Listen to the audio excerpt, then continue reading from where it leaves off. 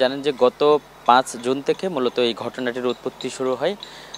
সেদিন নির্বাচনীয় কর্মকর্তারা সেখানে সেন্ট মার্টিনের যে স্থগিত নির্বাচন ছিল সেটি করে ফেরার পথে মূলত তাদেরকে লক্ষ্য করে গুলি ছোড়া হয়। সেই সময় কেউ আহত না হলেও পরবর্তীতে এরপরে টানা আরও ২ দিন কিন্তু একই ধরনের ঘটনা ঘটে এবং সর্বশেষ আজকেও সীমান্তের বাংলাদেশকে লক্ষ্য করে গুলি ছোড়া হয়েছে বলে আমরা জানতে পেরেছি। তো এই অবস্থায় এখন বেশ কয়েকদিন ধরে, এখন প্রায় ৫ দিন হয়ে গেছে সেন্ট মার্টিনের সাথে সমস্ত যোগাযোগ বন্ধ। এই মুহূর্তে সেখানে যদি কোনো ধরনের বড় ধরনের কেউ অসুস্থ হয়ে পড়ে তখন কিন্তু তাকে বাঁচানো বা এই পারে নিয়ে আসা অনেক কঠিন হয়ে যাবে।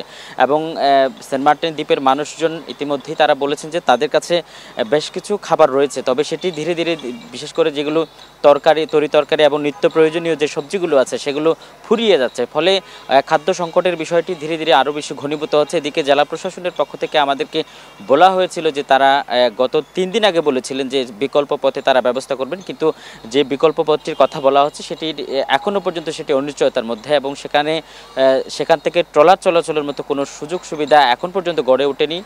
সে কারণে তাদেরকে সেন্ট মার্টিন দ্বীপের মানুষজনকে কিভাবে আসলে এই পারে নিয়ে আসা হবে এবং যাতায়াতটা কিভাবে করা হবে সেটি এখনও অনিশ্চয়তার মধ্য দিয়ে যাচ্ছে। এবং সেন্ট মার্টিন দ্বীপের লোকজন যেটি বলছেন যে তারা এই মুহূর্তে নৌবাহিনী এবং কোস্টগার্ডের একটা বিশেষ সহযোগিতা চান, কারণ তাদের অনেকেরই প্রয়োজন হয়েছে যে এই পারে আসার এবং দ্রুত যে তাদের খাবার এবং অন্যান্য ওষুধ থেকে শুরু করে অন্যান্য জরুরি যে সেবাগুলো আছে সেগুলো দ্রুত চালু করা দরকার। এবং আমরা যদিও দেখতেছি যে সীমান্তের নাপ নদীর যে মোহনাটি সেটির ওই পারে কিন্তু আরাকান আর্মি অবস্থান করছে, বিদ্রোহী গোষ্ঠী। ফলে এই জায়গাটিতে সরকারের পক্ষ থেকে তারা বলছেন যে পররাষ্ট্র মন্ত্রণালয়ের মাধ্যমে দ্রুত যোগাযোগ করে ওই পারে কারা এই কাজটি করছে এবং এটি কেন বন্ধ করা যাচ্ছে না সেই বিষয়ে তারা আলাপ করার জন্য দ্বীপের মানুষ অন্তত আকুল আবেদন জানিয়েছেন।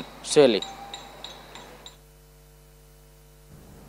নগদে ৫০০ টাকা বা তার বেশি পেমেন্টে পেতে পারেন ঢাকায় জমিসহ ২০ কোটি টাকার পুরস্কার।